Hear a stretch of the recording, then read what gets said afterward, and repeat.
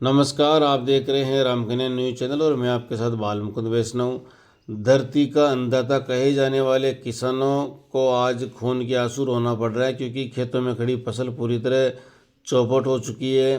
किसानों ने बड़े अरमानों से खेतों में फसल बोई थी और सेठ साहूकारों से कर्ज पर रुपये उधार लिए थे, लेकिन ऐन वक्त पर कटाई के समय बरसात हो जाने के चलते सब कुछ खत्म हो गया और किसान खासे परेशान नजर आ रहे हैं।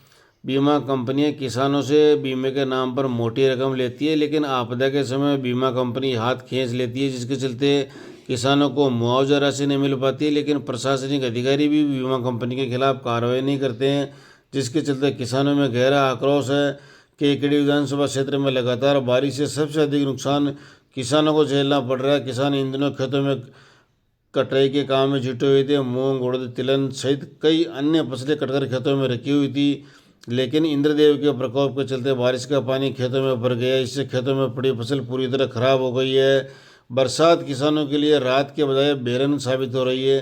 खेतों में कटकर पड़ी फसलें लगातार हो रही बारिश की भेंट चढ़ गई। पिछले दिनों मौसम साफ होने के बाद किसानों को उम्मीद थी कि बरसात का सिलसिला थम जाएगा, जिसके चलते किसानों ने कटाई बुआई शुरू कर दी। लेकिन बीते 2 दिनों से जारी बरसात ने किसानों की उम्मीदों पर पानी फेर दिया।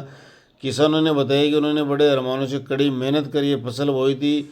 अधिकांश किसानों ने सेठ साहूकारों से ब्याज पर रुपये लेकर खेती की थी, ताकि अच्छी पैदावार से परिवार की ज़रूरतें पूरी हो सके। लेकिन अब फसल पूरी तरह चौपट होने से किसान गहरे संकट में आ गए। हालात ये कि किसान खून के आंसू रोने को मजबूर है। ग्रामीण क्षेत्र के किसानों को कहना है कि लगातार बारिश ने उनकी मेहनत पर पानी फेर दिया है। यदि सरकार और प्रशासन शीघ्र ही राहत और मुआवजा नहीं देता तो आगामी सीजन की बुआई करना भी किसानों के लिए मुश्किल हो जाएगा। किसानों का कहना है कि बीमा कंपनियां बीमे के नाम पर किसानों से मोटी रकम लेती है, लेकिन जब खराब हो जाता है तो बीमा कंपनी भी हाथ खींच लेती है।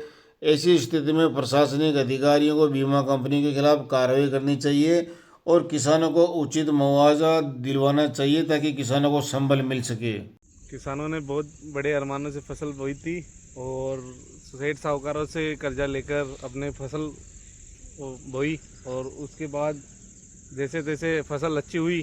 उसके बाद इंद्रदेव का क्रूरता के कारण आज ये देखो, मेरे पीछे खेत है, इसकी हालत देखो, पूरी फसल तहस नहस हो गई है।